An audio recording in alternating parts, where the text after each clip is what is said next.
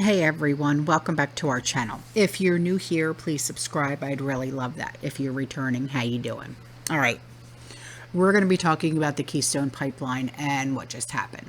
Okay, but we're going to backtrack for just a sec. Okay, so on July 17th of 2022 of this year, okay, it was made, relevant, okay, aware that there was a non-operational incident, okay, resulting from a third-party damage to the power supply to a facility on the Keystone pipeline system near Huron, Huron in South Dakota, okay? The system continues to operate safely, so they say, all right? Initial damage assessments have been completed with no material impact to TC Energy-owned facilities. All right, now, a force majeure was declared on the Keystone pipeline. If you do not know what force majeure is, okay, I will explain to you what a force majeure is. Force majeure is something that I have discussed on this channel for the past, 2 years, all right? So the definition of force majeure is it's a common clause in contracts, which essentially frees both parties, like business, okay, both parties from liability or obligation when an extraordinary event or circumstance beyond the control of either party, such as war, strike, riot, crime, epidemics, sudden legal changes, prevents one or both parties from fulfilling their obligations under that contract. Now, explicitly excluded is any event described as like an act of God, which covers a separate domain and legally differs, yet it is still related to contract law. Okay, so that just explains to you what force majeure is. All right. So getting back to what I was saying. So a force majeure was declared on the Keystone pipeline, okay, which is operating at reduced rate. Now this is going back to July. Operating at a reduced rate due to damage to the third-party power utility. Now repairs were underway, all right, and they were working to restore full service as soon as possible. There was a timeline for full service restoration, but they said that they couldn't give that timeline at that time. Okay, so they said the safety of their people, the communities, the protection of the environment, it remained to be a primary focus for them, and that they were actively responding, and they said we have informed their customers and their key stakeholders, and they were, they'll keep them apprised for updates. All right. So now on to this.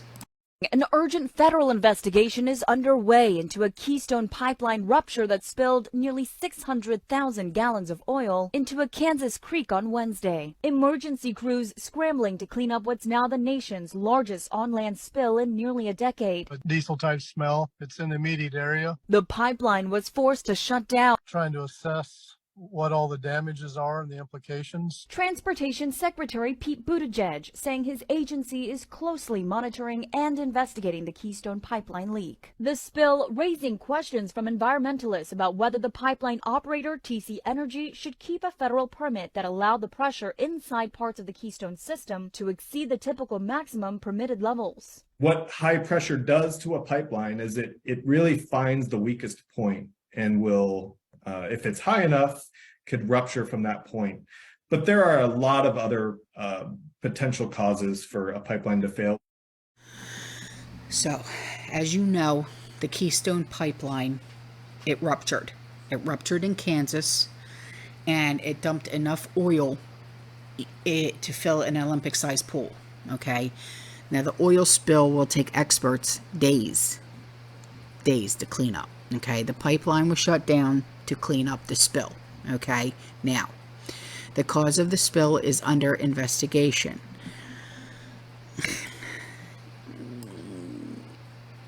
what I'm thinking now, this is just my personal opinion, because of everything else that's going on with the power grid being attacked and stuff like that. I don't know. I'm just saying, you know what I mean?